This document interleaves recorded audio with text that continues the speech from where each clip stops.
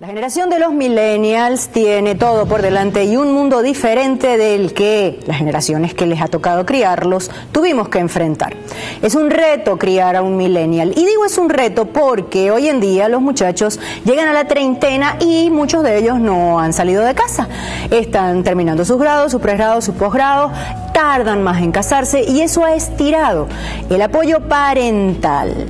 Traje a un invitado que ustedes, por supuesto, piden por las redes sociales, aquí estamos para complacerles, pero que además ha tenido la experiencia de criar no a uno, sino dos millennials, así que vamos a entrevistarlo esta vez un poco en la experiencia paterna. Se llama Ángel Vázquez y te doy la más cordial bienvenida. Muchísimas gracias, gracias a todos por la oportunidad, gracias al público por esa receptividad y sobre todo gracias por invitarme con este tema que me pega muchísimo, porque como tú dices... ¿Experiencia propia? Experiencia propia, además que en el campo terapéutico me toca muchísimo trabajar esto y como siempre digo, el terapeuta siempre va a poder ayudar de acuerdo a los procesos que ha podido superar. Y tener una hembra y un varón millennials ha sido importante en mi vida, muy importante en mi vida. Hay un reto no solo en la parte parental directa, es decir, padres de millennials, sino que en este momento, por la cuestión generacional, hay abuelos que se tienen que enfrentar a quedarse con los hijos mientras los padres emigran. Y ese es todo un reto, porque tú fuiste padre, digamos, en los 70s y criaste un hijo que ahora se va del país y te deja a su vez a sus hijos. Entonces hay un salto allí de dos generaciones. Desde el punto de vista terapéutico, hay pensamientos distintos de cada generación. Uno podría decir que esta generación piensa de una manera y que las anteriores tenían algunos otros esquemas de creencias. Yo no diría que son maneras de pensar, son maneras de abordar la vida. En nuestra época, nosotros somos pues de la generación X. ¿Serás tú? Había mucha información que tenía que ver con valores rígidos, con valores que tenían que ver con la forma de evolucionar, con la forma de abordar la vida. De hecho, pues los patrones estaban muy marcados. Estudiar significaba tener una metodología, esa metodología se convertía en una metodología profesional, eso te conllevaba pues a conocer gente, a vincularte con la gente de alguna forma. Con los millennials es totalmente diferente. ¿Por qué? De hecho, yo no quisiera darle ese matiz que le está dando la gente a que son personas apartadas o que son personas desadaptadas del medio social. Absorbidas por la tecnología. Absorbidas. Es que hay algo que es muy importante. Ellos no lo pueden hacer de otra forma. Nosotros teníamos mucho tiempo para hacer cambios. Nosotros nos daban mucho tiempo para elegir cosas. Quizá podíamos elegir menos cosas que ellos, pero teníamos más tiempo. La vida cambia demasiado rápido en este milenio y ellos cambian demasiado rápido. Por eso puedes ver que se adaptan muy poco a las cosas, porque el tema de quedarse o apegarse a algo no está dentro de la resolución de abordaje que tienen de la vida. Nuestra generación tenía un lema que se decía en broma en los cafetines universitarios, pero que terminó siendo una verdad. Me gradúo, me caso, me divorcio. Porque es que era así. Sí. Antes de estar graduado, tus padres se oponían rotundamente a que tú establecieras una familia. Luego te casabas y como no tenías ningún tipo de experiencia de convivencia, terminaba en 5 años después en el primer divorcio. Esta generación es: me gradúo, no me caso, así no me divorcio. Es decir, yo he visto que emigran juntos sin estar casados, he visto que se van con el novio que se fue primero o con la novia que logró la ciudadanía, y si acaso el matrimonio es un plan de inmigración, es decir, porque me lo exigen claro, las leyes, termino casado. Claro. Eso tiene algo que ver con la parte geográfica, es decir, gente que emigra, digamos, a países desarrollados se ve más obligado a volver al esquema de sus padres. Sí, es posible, y este tema de los millennials tenemos que enfocarlo también desde ese punto de vista geográfico, porque todas las culturas de jóvenes millennials tienen muchas características diferentes, ¿no? Eso no lo podemos obviar.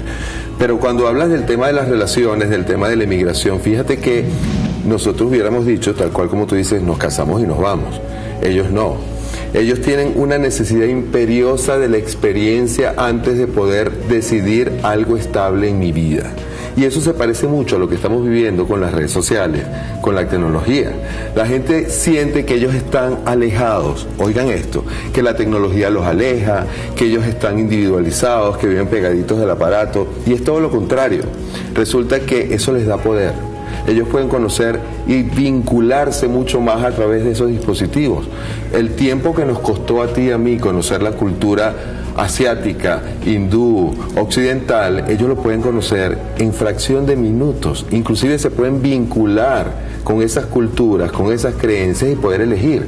Y eso no lo podíamos hacer nosotros. Y a través de las redes sociales tú puedes generar amigos para el destino donde vas. Es decir, qué sé yo, venezolanos en Asia, venezolanos en China. Y entonces generas una cultura de amigos parecidos a los tuyos, porque al fin y al cabo la idiosincrasia es la misma, pero que me pueden recibir allá. ¿Eso funciona de verdad? ¿Esas amistades? Definitivamente funciona.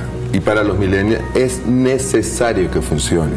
Además que les ayuda mucho a sentir poder de que no tengo que hacer lo que hacían los que venían detrás de mí para poder conocer el mundo. Yo tengo el poder de conocer el mundo. Y sus relaciones a nivel de tecnología tienen tanta validez como la que podía tener la de la generación nuestra.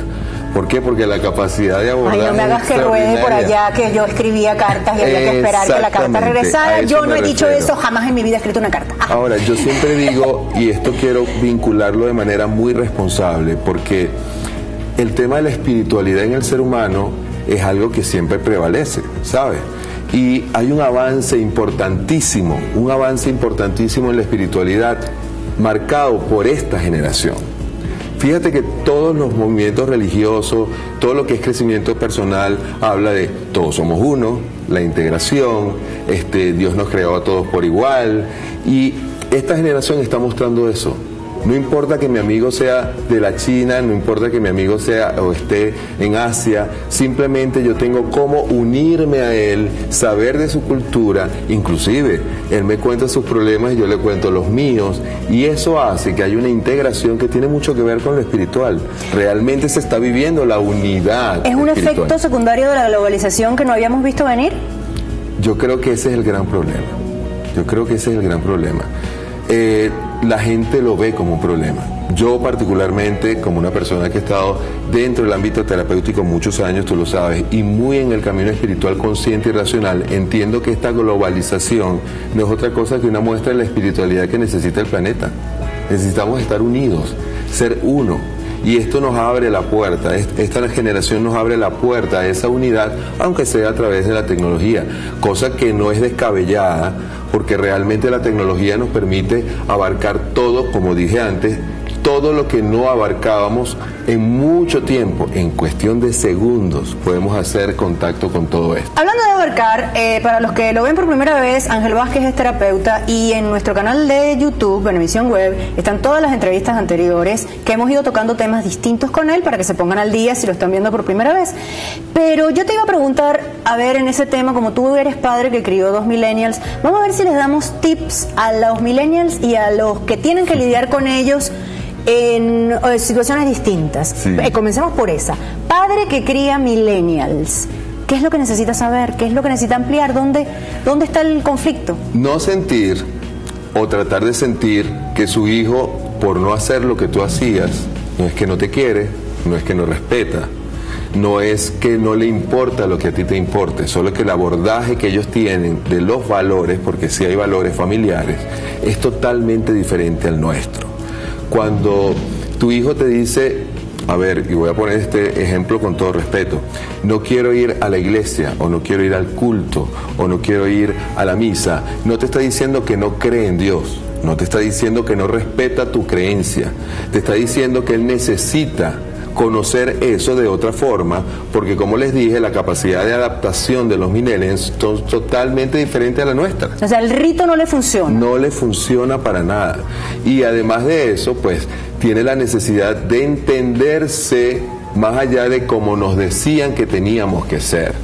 Ellos tienen la capacidad inclusive de poder discernir desde la experiencia, cosa que nosotros no podíamos hacer. A nosotros nos decían es por aquí, pero para no crear conflictos, que es lo que quiero dejar dentro del programa, es entender que tu hijo no te está desvalorizando, no te está quitando tu lugar de papá, no te está quitando tu lugar inclusive de cabeza de casa, y además tienes un lugar en el sistema. Simplemente está abordando la vida de forma diferente, y allí es donde se convierten muchas veces en nuestros maestros. Muy bien. ¿Okay? Millennial que le toca cuidar a ancianos, porque también está el otro caso. Es decir, por situación, por circunstancias, los padres no están, y el millennial 20-25 carga con la segunda generación. Entonces, ¿qué pasa cuando volteamos la tortilla y es el millennial quien tiene que cuidar a alguien que no entiende lo que le está diciendo? Mira, este es un tema que yo les voy a dar un matiz aquí diferente a lo que la gente cree y lo que la gente ha visto. Sobre todo en Europa, he visto muchos jóvenes, perfectamente preparados para cuidar a ancianos, y tienen una capacidad de simplificar el drama de la tercera edad, y eso beneficia de una forma tan extraordinaria a los viejitos que los hace sanar, y sus últimos días, lo que les quede, siempre son mejores al lado de los jóvenes. O sea, que reparten juventud. Reparten juventud, reparten simpleza, y esto en el buen sentido de la palabra, porque una persona en la tercera edad ha pasado cosas muy complicadas en su vida. Y cuando un joven se te sienta al lado y te dice: abuela, mira, es tan sencillo como que si quieres hablar con mi tía que está en Londres, por favor, yo voy a apretar este botón y dile todo lo que tú le quieres decir para que te sientas bien. Tú no te imaginas la alegría que eso significa para esa abuelita. Solo que la abuelita ni idea de cómo es ese proceso, pero ellos tienen la capacidad de proporcionarle a la gente de la tercera edad cosas que hacen mucha falta en esos momentos, y además tienen la capacidad también de simplificar las cosas, además de la alimentación, del cuidado, todo esto, de simplificar la parte emocional. Es: abuelita, ¿estás llorando? Bueno, yo lloro contigo. Abuelita, vamos a ver la televisión. O sea, es más directo, no se meten en el drama, tratan de resolver el drama, y eso ayuda mucho. Ni te cuento cuando le haces transferencia bancaria por internet. Ok, vamos al caso que a lo mejor, entonces, diciendo tú que los millennials son fluidos y de alguna manera pueden conectar con sus ancestros, con sus abuelos, vamos al caso al revés.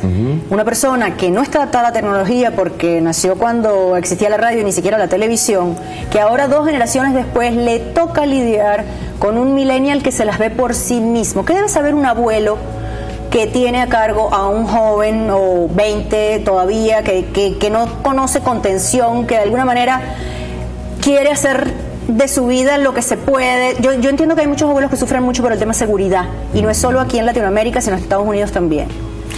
El tema seguridad no solamente, el tema también de emociones: me quieres, no me quieres, me escuchas, no me escuchas, cuánto tiempo estás conmigo y no me dices.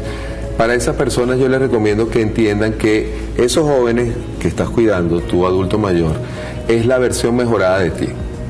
Es la versión mejorada de todo aquello, y me da mucho sentimiento decirlo, porque mi mamá tuvo que crecer con mis 2 milenios. Mi mamá tiene 76 años, y ella entraba mucho en crisis porque llegaban mis hijos a la casa y pues con sus aparatos telefónicos, y ella decía: mis nietos ya no me quieren hablar. Y tuve que sentarme a conversar con ella y a decirles que el solo hecho de él estar allí con su teléfono, compartiendo contigo su silencio de estar con tu teléfono, es parte del proceso de amarte. No te dejan de querer, no te dejan de amar por el hecho de que no tengan la atención todo el tiempo puesto en ti. Solo están compartiendo su forma de abordar la vida de ese punto de vista. Ahora fíjate, la preocupación. ¿Qué pasa con la preocupación? Cuando esa señora salía a una fiesta, esa señora tenía que tener el permiso del papá o la compañía del hermano mayor, tenía que tener quien la buscara, tenía que saber dónde era la fiesta y con quién. En este caso, nuestros muchachos tienen la capacidad de tener seguridades que ofrece la tecnología, que en aquel momento no había. Probablemente yo, papá, y yo sé cómo es, el muchacho salió, mi hija salió, qué maravilla poder decir: ya me escribió, estoy aquí, es más, hay dispositivos que tienen GPS y nosotros sabemos dónde están. Por supuesto, eso es un poco más difícil para los abuelos.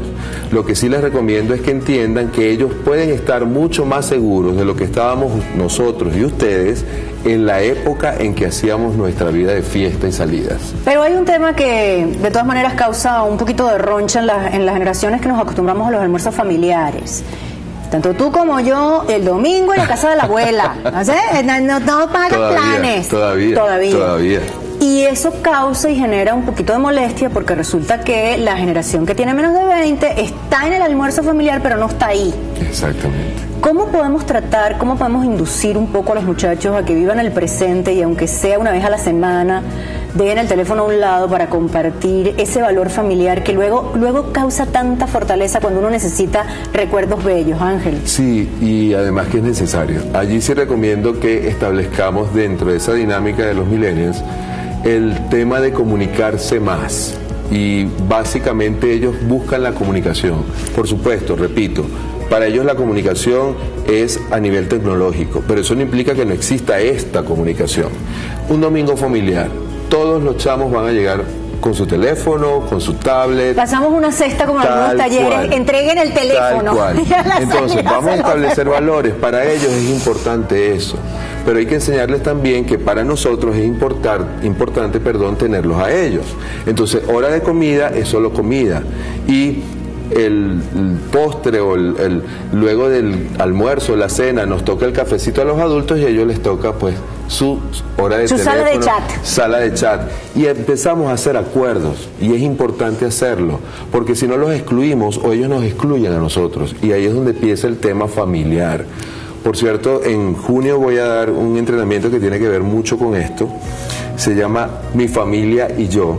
Y es súper interesante. ¿Inscripciones abiertas? Inscripciones abiertas para el 9 de junio, sábado 9 de junio, porque precisamente quiero trabajar este tema.